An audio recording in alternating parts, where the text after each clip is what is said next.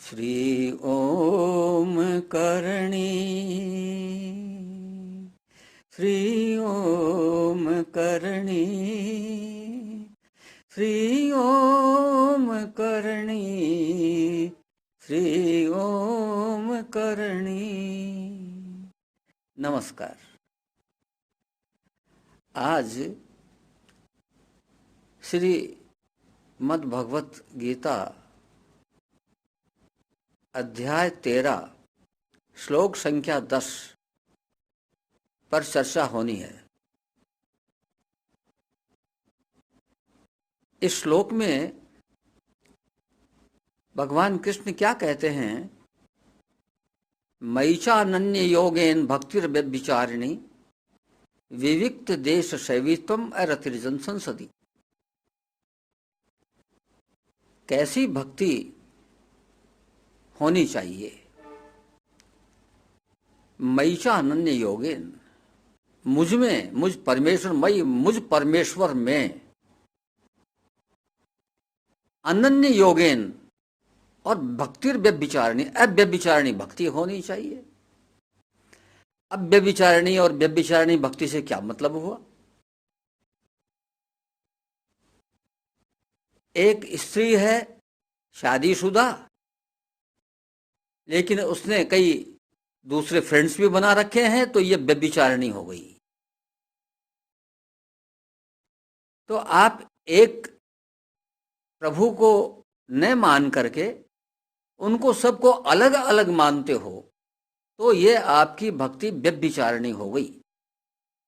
राम को अलग मानते हो, कृष्ण को अलग मानते हो, दुर्गा को अलग मानते हो, ब्रह्मा को अलग मानते हो, विष्णु को अलग मानते हो, महेश को अलग मानते हो। यानी इनको अलग अलग यदि आप मान करके और ये समझते हैं कि एक दूसरे से इनका कोई संबंध नहीं है, तो वह भक्ति आपकी व्यभिचारिणी है। और आप ये समझो कि आपके इष्ट, जैसे मान लीजिए भगवान शंकर आपके इष्ट हैं, तो आप ये माने कि परम शिव सदा शिव, सबसे ऊपर वो है परम। परम माने उसके ऊपर कोई नहीं। मेरा शिव, मैं जिस शिव को मानूं वो प्रभु परम हैं। और राम, कृष्ण, दुर्गा, महेश, जिसको रुद्र भी कह दें, ये सब उस परम शिव की विभूतियां हैं। तो ये मानने पर आपकी भक्ति हो गई अव्यभिचारिणी, और अलग अलग मानने पर आपकी भक्ति हो गई व्यभिचारिणी। तो हम शुरू से ही उस दिशा में चले हुए हैं कि हम क्या मानते हैं कि भाई चेतन तत्व एक है, बिजली का करंट एक है, उपकरण हीटर, कूलर, पंखा, ट्यूब, ये सब अलग अलग हैं। इनका अपना अपना महत्व है, ये अपने ढंग से कार्य भी करते हैं, लेकिन इनमें जो करंट की सप्लाई होती है वह एक है। तो यह करंट की सप्लाई, चेतन तत्व को देखना सब जगह पर अव्यभिचारिणी भक्ति है। तो प्रभु कहते हैं भाई अव्यभिचारिणी भक्ति करनी है। तो फिर मैं आपको कहूंगा कि देखिए, हमारे आचरण में कहीं कोई गलती नहीं है, मान्यता गलत पकड़ रखी है। इस गलत मान्यता को छोड़ना है और कुछ भी नहीं है। गलत मान्यता छूटी नहीं और मुक्ति का द्वार तैयार है, खुला पड़ा है। तो अव्यभिचारिणी भक्ति का मतलब यह है कि आप जिस तत्व को, जिसको भी मानते हैं, उसको सर्वेश्वर राम को मानते हैं। तो कौन सा राम?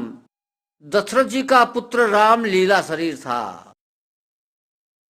तो आदि राम जो हमेशा रहता है, सतयुग में भी, त्रेता, द्वापर, कलयुग, सब जगह वह राम जो सतयुग में नरसिंह रूप से उसने लीला की थी, वह राम जिसने द्वापर में कृष्ण नाम से लीला की थी। तो राम को मानो तो इस भाव से मानो। माँ को मानो तो इस भाव से मानो कि मेरी माँ सर्वोपरि आदि शक्ति माने प्रारंभिक, उसके पहले कुछ भी नहीं था। तो आदि शक्ति जब माँ है तो सब इसी की विभूतियां हैं। नरसिंह, राम, कृष्ण, कुछ भी कहो आप, सब माँ की विभूतियां हैं। ये भक्ति जो है इसको कहेंगे अव्यभिचारिणी। अनन्य योग भाव से, अनन्य माने कोई दूसरा है ही नहीं, आपका योग जो है इस प्रकार से हो जाए इन सब में, विभूतियों में। इनको तो आप विभूतियों के रूप में देखें और एक को परम शक्ति के रूप में देखें, सर्वोच्च शक्ति के रूप में देखें। यह अनन्य भक्ति, अव्यभिचारिणी भक्ति, अनन्य योग यह हुआ। अगली लाइन में कहते हैं विविक्त देश सेवितम अरतिर्जल संसदी। वह व्यक्ति, ऐसी भक्ति करने वाला कैसा होना चाहिए कि विविक्त देश सेवित्वम, सेवित्वम माने उसका स्वभाव है, स्वभाव माने उसको ये चीज पसंद है। कहाँ? एकांत में रहना, एकांत में आनंद आता है, वो सुखी, सुख महसूस करता है। और अरतिर जन संसदी, जन समुदाय में अरति, जहां भीड़ भड़का हो, ब्याह शादी में 1000-500 आदमी इकट्ठे हो गए, जाता तो है लेकिन मन मार करके व्यवहार निभाना पड़ता है, सांसारिक इसलिए जाना पड़ता है, जाते भी हैं।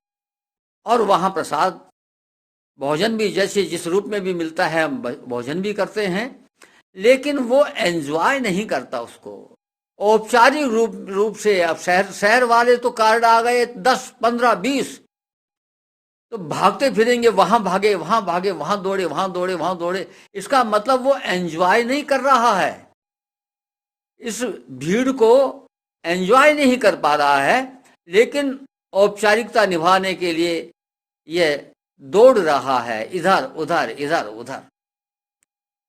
तो स्वभाव आपका ऐसा होना चाहिए। लेकिन आपको क्या मिलेगा? एकांत मिलेगा कि नहीं मिलेगा? जन समुदाय मिलेगा या नहीं मिलेगा? शहर मिलेगा रहने को या गांव मिलेगा रहने को या कस्बा मिलेगा रहने को? यह सब आपके प्रारब्ध पर निर्भर करता है। इसलिए यहां पर प्रभु ने क्या कहा है कि उसका स्वभाव, उसका इच्छा यह होनी चाहिए, उसका मन यह होना चाहिए भाई एकांत मिले मेरे को।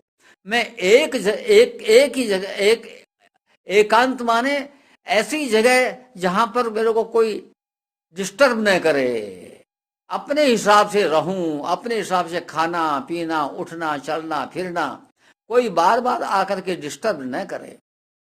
वह एकांत, यह स्वभाव ऐसा हो। अब मजबूरी में रहना पड़ रहा वो एक अलग बात है, लेकिन स्वभाव, इच्छा, उसका मन एकांत में लगे। इसलिए कहा है कि विविक्त देश सेवित्वम, सेवित्वम का कहा है उन्होंने। ऐसा नहीं कि ऐसी जगह रहता है वो, क्योंकि रहना आपके हाथ की बात नहीं है, रहना तो आपके प्रारब्ध पर निर्भर करता है। हाँ, प्रारब्ध चेंज हो सकता है, यदि आप भक्ति में लग गए तो हो सकता है कि प्रभु आपको शहर में भी एकांत स्थान दे दे। यह संभव है, यह मुश्किल नहीं है। तो आपको इस आधार पर अव्यभिचारिणी भक्ति क्या है ये आपको बताया।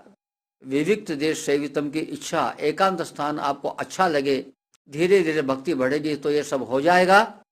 आज बस इतना ही। नमस्कार।